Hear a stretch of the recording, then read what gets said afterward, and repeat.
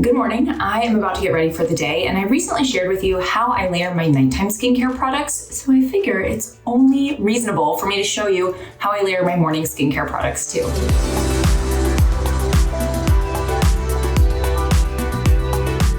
If you're new to the channel, welcome. I'm so happy to have you here. I'm Dr. Sam Ellis. I'm a board-certified medical and cosmetic dermatologist in Northern California. I'm here to help you understand your skin and find products that work for you. So if that sounds good, give this video a thumbs up and don't forget to subscribe to the channel. So I'm going to walk you through a morning skincare routine that's probably more extensive than the average person's skincare routine. And this is not to show that you have to have a super long skincare routine that has many, many steps, but there are some people that are looking to incorporate certain products or certain types of ingredients into their skincare routine. And I think by showing you a very comprehensive routine where all of those things get incorporated, it will give you a better idea of how to add those things to your own skincare routine. But by no means do you have to copy this routine outright. I'm just gonna get my hair back and ready while we chat. I mentioned this in my nighttime skincare layering video as well, but there's not an exact science to layering skincare products. There's not some amazing publication that says you have to do A, then B, then C for optimal results. So a lot of what we're doing is theoretical. And if you are layering your skincare differently than what I show you today and it's working for you, then keep on doing it. There are no firm rules here, except maybe one, which we'll get to in a little bit. I'm just gonna put a couple more clips in before we fully get started. You know, regrowing my hair after having a baby has been challenging. I mean, it's exciting to see the new growth, but it's also has a mind of its own. I mean, look, this is the only way my part even starts to lay flat. But I have found that like clipping down my little baby bangs before I do my skincare routine at least helps them lay a little bit flatter and not be such a alfalfa situation. So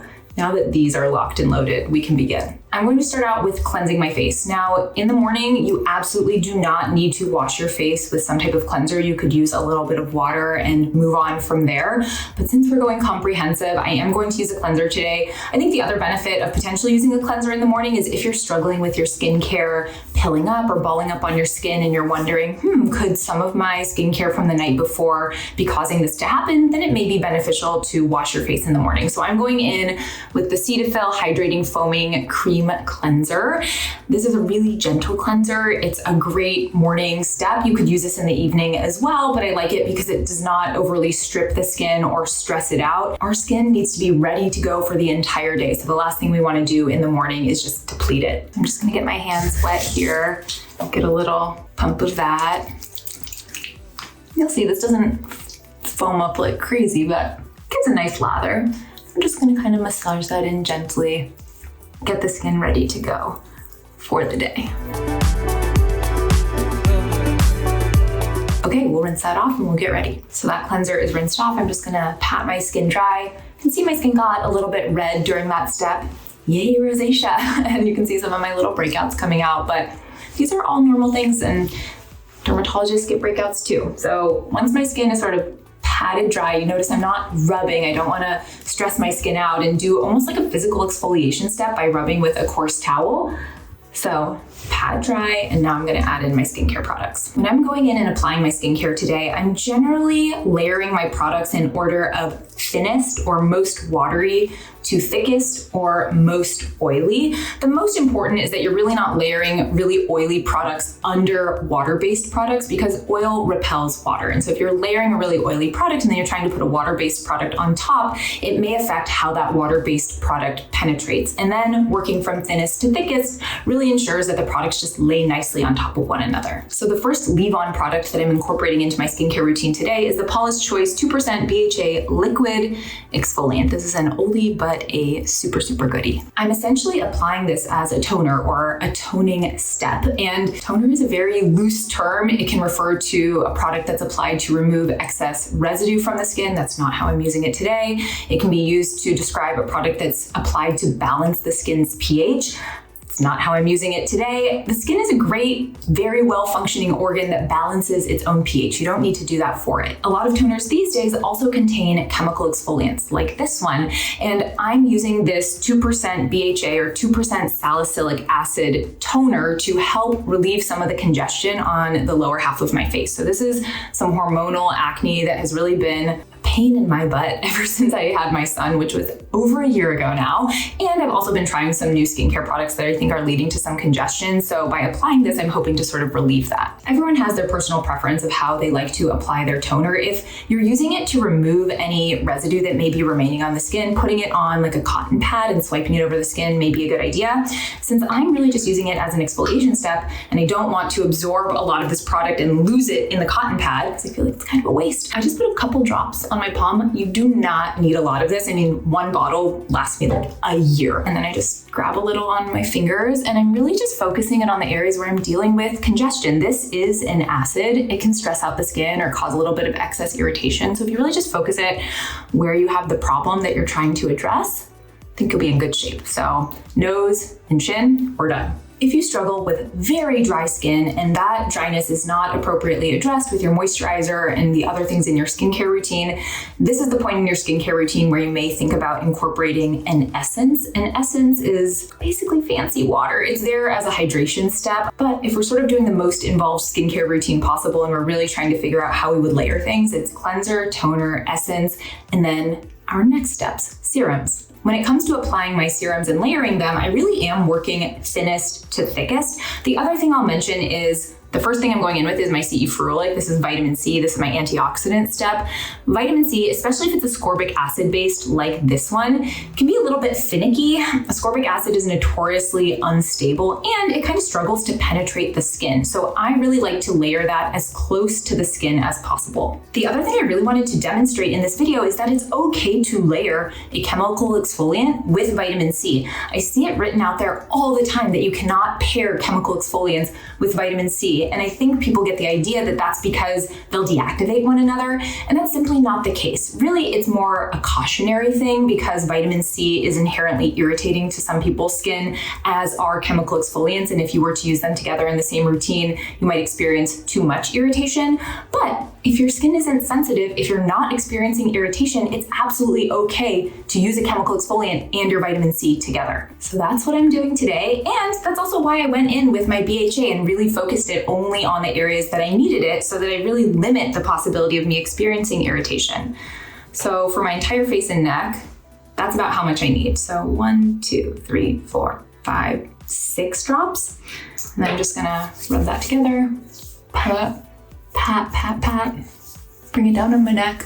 And then my hands are a little damp afterward and it goes on the back of my hands because the hands need love too. Oof, I love that serum so much, but it does smell like hot dogs. So that was really fun during my pregnancy. Moving on to my next serum, I'm going in with the Medicate Liquid Peptides. So peptides is a very general term, and anytime you're applying something in your skincare that has peptides in it, I think it's important to look at like, well, what peptides are they actually incorporating? This one is chock full, I'll list them here, of incredible peptides that have the most evidence for anti-aging, collagen plumping benefits. So I think this is a really excellent product. This serum also has glycerin and hyaluronic acid, which are two very popular humectants that help draw water to the skin surface. So they're helping to plump the skin in addition to the peptides that are in here. So in my mind, this is kind of like a 2-in-1 serum, a hyaluronic acid serum plus a peptide serum. Maybe like 3 or 4 drops for the entire face. I often find that people put way too much product on in their like demonstration videos, and I feel like that gives other people the impression that you need a lot of product to get efficacy. You just need the thinnest layer everywhere, and especially if you're incorporating a lot of steps into your routine, this is very important to keep in mind because the more product you're putting on, the more likely those products are going to interact poorly with each other, or it's going to start to clump up on your skin and leave a residue that is less than desirable. So all of that's on my face, went down the neck, back of the hands, of course. Another question I'll often get is, well, how long do I wait in between my product application steps? And again, there is no firm rule on this. I probably wait between 30 and 60 seconds. I don't wait for my skin to be completely dry before I go in with the next product, but I do wait until it doesn't feel particularly tacky to the touch. And really, I like to wait a little bit so that my products are actually layering on top of one another instead of just sort of mixing and diluting one another. The third and final serum that I'm going in with today is the Naturium Azelaic Acid Emulsion 10%. I really like azelaic acid because it helps with hyperpigmentation, it improves redness, it can aid in the resolution of breakouts. So it's a very versatile ingredient. However, azelaic acid is a little tricky to formulate with. It tends to get quite gritty when you put it in with other things, but this serum is very smooth and it's why I enjoy it so much. And again, I wanted to include azelaic acid in this video because there's information out there about how you cannot combine it with vitamin C, and you can. Again, this is an acid. It can be irritating the way vitamin C can, so if you're getting too irritated, don't use them together, but it doesn't irritate me, so I'm gonna go right on ahead. And I'm just using one pump. Well, let me just show you the texture of this because it is so nice, like so lightweight and creamy, but you can see how it's a little thicker than the other things I've already applied, which is why I'm layering it third in the routine. So let me grab another pump to actually apply to my face. We'll go in and focus it on the areas that I kind of want the improvements the most, which is cheeks, forehead, chin, and then I'll just blend the rest out towards the periphery of my face. It's very nice. Ooh, I forgot to mention that I do advise for Naturium. I always want to be very transparent about things like that.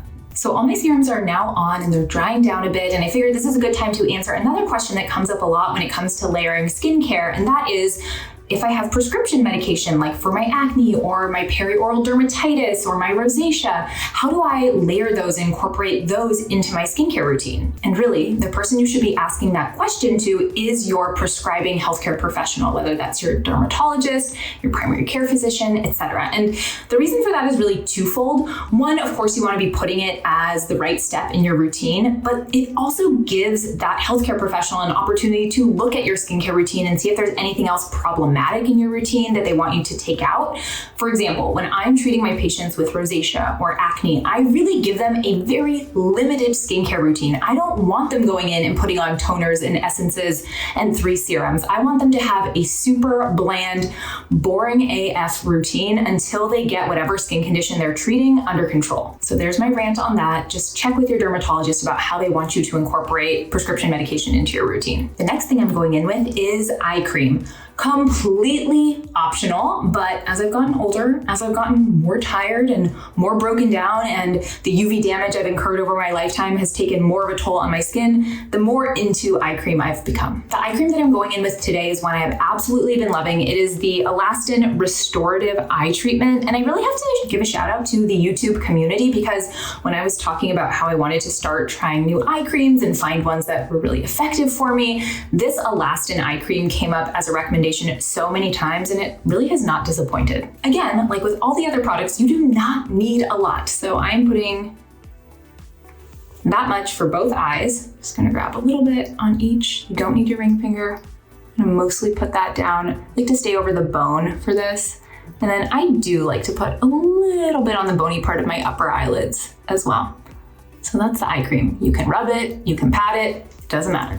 Okay, just a couple more steps. We're almost done with this routine. I think if I wasn't talking through this with you from start to finish, this whole thing would take like 5 minutes. I'm going to go in next with my moisturizer. Now, we have put on some hydrating serums. We've put on eye cream. I'm going to be putting on sunscreen. So do I absolutely need a moisturizer? Maybe not. If you struggle with really dry skin, a moisturizing step can absolutely be helpful. But something to keep in mind is that a lot of sunscreens are already formulated with moisturizing ingredients, and they absolutely can serve as your moisturizer and your sunscreen together. The moisturizer I'm going in with today is my Skin Better Trio Rebalancing Moisture Treatment. This is my holy grail moisturizer. It is exceptionally lightweight, yet so effective. Fantastic for sensitive skin, layers beautifully with other products.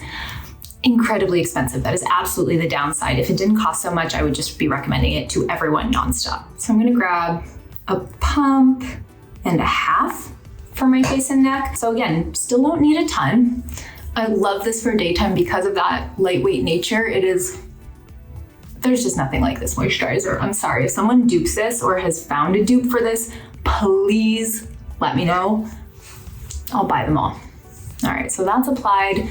We are at the very end. We're going into sunscreen next, and that's it. I know in the beginning of this video, I said there aren't really rules when it comes to layering skincare, and if it's been working for you, keep doing it. This is the one caveat. This is a rule. Your sunscreen needs to go on top of your moisturizer. Your moisturizer never goes on top of your sunscreen. Ever. There was some misinformation going on out there about how sunscreen needs to absorb into your skin in order to be effective, which is why you should put it on underneath your moisturizer. No, what your sunscreen needs to do is form a very even protective film over the top of your skin. And the issue is if you go and apply moisturizer over your sunscreen, that moisturizer may break down some of that sunscreen and break down that protective film that it creates. So no matter what type of sunscreen it is, chemical, organic, mineral, inorganic, whatever the filters are, the sunscreen goes on top of the moisturizer. And without further ado, the sunscreen I'm going in with today is the Purito Daily Soft Touch Sunscreen. I love this one. I love their daily go-to sunscreen as well, but that's a little bit oilier, a little bit dewier. This has not a matte finish, but more of a skin-like finish. And I do find that it plays well with other products. So grabbing some of that, going in. This does not leave a white cast on me at all. It really just feels like another layer of moisturizer, which is what I was trying to say earlier. Like moisturizer is kind of an optional step if your skin isn't particularly dry or eczema prone. So I'm just gonna rub that in. I am gonna go over my eyelids. This does not cause eyelid sting in me, but when I'm outside, I also wear sunglasses, okay? Double protection. I'm gonna rub that in there, come down the neck, back of the hands, and of course, before I go out later today, I'll also put another layer of sunscreen on the back of my hands. So it's all rubbed in. It looks quite glowy right now, but that's just because it hasn't dried down yet. Although if this was the finish, I wouldn't be mad about that. Now I do like my sunscreen to set up for 15 minutes, and that's my typical recommendation before I go in with my makeup. So this would be the point in my routine where I would usually do my hair, brush my teeth, get dressed. I got dressed for you before this video just because I'm not doing this in my ratty t-shirt. And then I am gonna go in with a little bit of lip sunscreen as well. This is the O'Keeffe's Lip Repair. This is my favorite SPF for the lips because it doesn't leave any white cast on the lips. It doesn't taste like sunscreen at all, and that is just such a rare find. So that's my morning skincare routine. Do you have any questions about layering skincare? Put them in the comments below. I wanna make sure all your questions are answered. Thank you so much for watching. Don't forget to like this video and subscribe, and I will see you next time.